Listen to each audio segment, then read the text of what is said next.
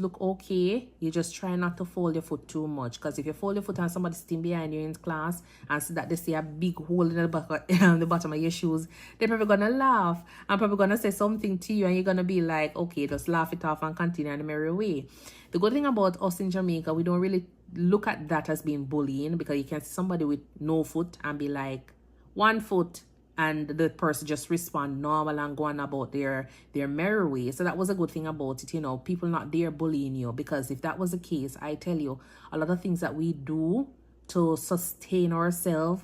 then probably people would be, you know, intimidated, or people would feel bad, or a lot of mental issues would have been happening with those persons, where, you know, who would have known what the end result is. But I am so happy that, you know, I've learned the hard way, because now I come to appreciate life, the little things a little bit more, because of what I've been through. And that is just something that keeps me motivated.